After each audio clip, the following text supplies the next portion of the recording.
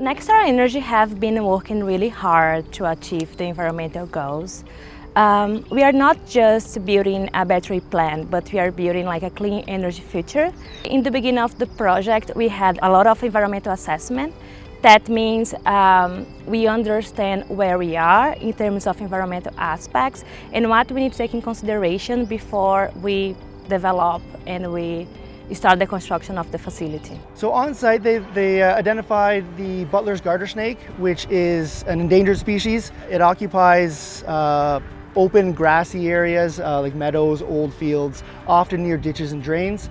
In regards to the ecosystem, they do play an important role in their niche, in their ecosystem, such that they, as I said, they eat predominantly earthworms, which are actually not native to the area. And so these snakes help keep those populations in check, which otherwise would, with an overabundance of earthworms, would change the local soil content and nutrient availability. So they help with that. And then they also, another role in the food web is they do provide, a food source for other predators in the area, like mammals, like raccoons, foxes, as well as hawks and other birds. This meant that our top priority was no longer starting construction, but ensuring that we have the proper measures set in place to keep the snake safe.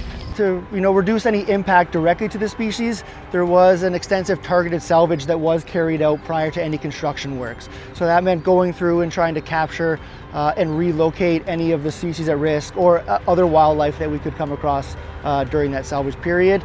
And then afterwards there was permanent exclusion fencing put around the perimeter between any adjacent habitat so that snakes and other animals couldn't get back onto the site.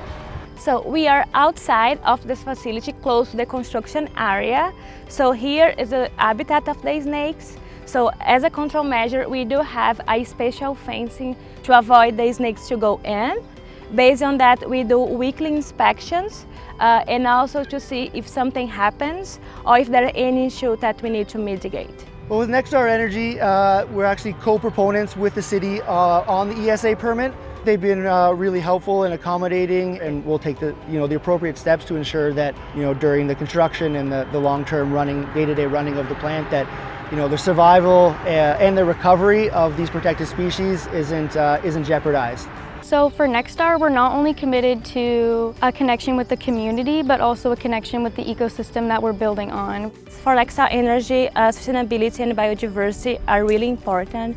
We do have a lot of environmental efforts in our facility to protect the environment, to be respectful with the biodiversity and with the community.